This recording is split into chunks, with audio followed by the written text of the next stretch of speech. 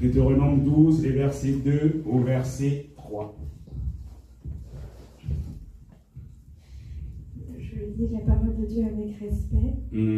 Vous détruirez tous les endroits où les nations que vous allez chasser servent leur Dieu, sur les hautes montagnes, sur les collines et sur tout arbre vert. Vous démolirez leurs autels, vous briserez leurs statues, vous livrerez aux flammes leurs poteaux sacrés. Vous abattrez les sculptures sacrées de leurs dieux et vous ferez disparaître leur nom de ces endroits-là. Amen. Sois béni. Alors, donc, je vais lire encore dans une autre version. Voilà, il est dit, vous détruirez tous les lieux où les nations que vous allez chasser servent leur Dieu. Sur les hautes montagnes, sur les collines et sous tout arbre vert. Vous renverserez leurs autels, vous briserez leurs statues, vous brûlerez au feu leurs idoles, vous abattrez les images taillées de leurs dieux et vous ferez disparaître leur nom de ces lieux-là. Donc aujourd'hui, je veux vous parler en fait des autels de Baal. Et donc, la thématique sous forme, ça sera en fait sous forme d'un enseignement en même temps, une exhortation, un partage. C'est pour te lever et briller, tu dois renverser l'autel de Baal de la maison de ton père. Pour te lever et briller, tu dois renverser l'autel de Baal de la maison de ton père. Amen.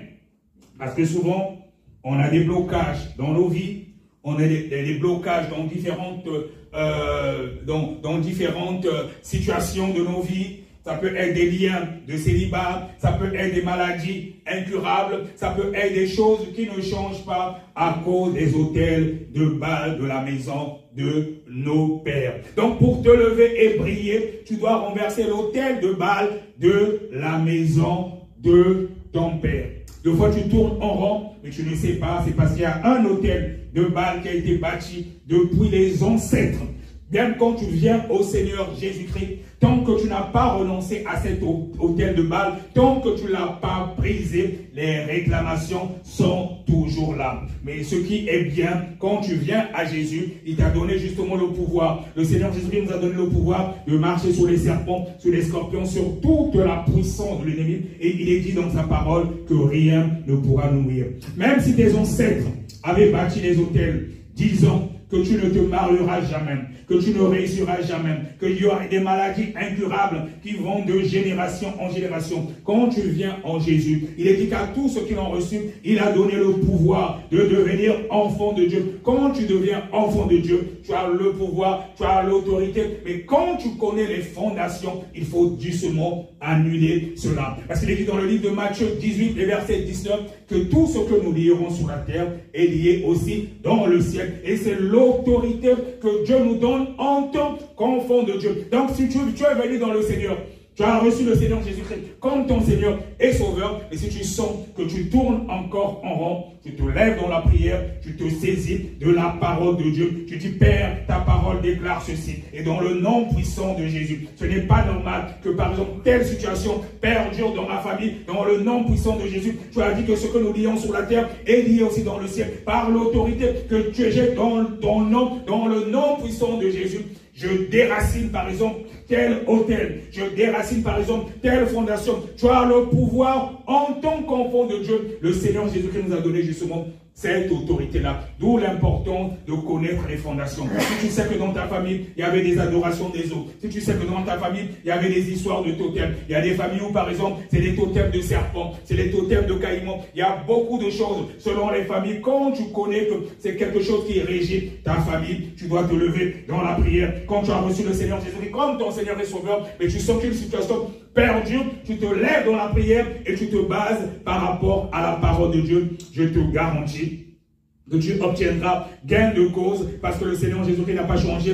Il est fidèle à sa parole. Il dit, toutes choses que vous demanderez en mon nom, croyez que vous l'avez reçu et vous le verrez s'accomplir. La cerise sur le gâteau, c'est qu'il a vaincu le diable à la croix de Golgotha. Et toi et moi, quand nous recevons le Seigneur Jésus-Christ, nous combattons dans la victoire. Ne te sous-estime pas. Ce n'est pas réservé qu'aux pasteurs, ce n'est pas réservé qu'aux apôtres, ce n'est pas réservé qu'aux prophètes, ce n'est pas réservé qu'aux évangélistes. Quand tu reçois le Seigneur Jésus-Christ comme ton Seigneur et Sauveur, ce que tu déclares et tu décrètes, c'est ce qui se passe dans le spirituel. Et c'est pour ça qu'on dit que la prière fervente du juste a une grande efficacité. Amen.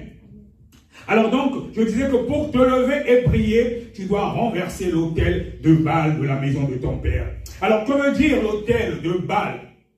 Là, il y a un certain nombre de définitions par rapport aux autels de Baal. Il est dit, c'est le faux Dieu qui remplace le vrai Dieu dans votre lignée familiale. C'est le faux Dieu qui remplace le vrai Dieu dans votre lignée familiale. Il y a des familles où, par exemple, où on adore les eaux.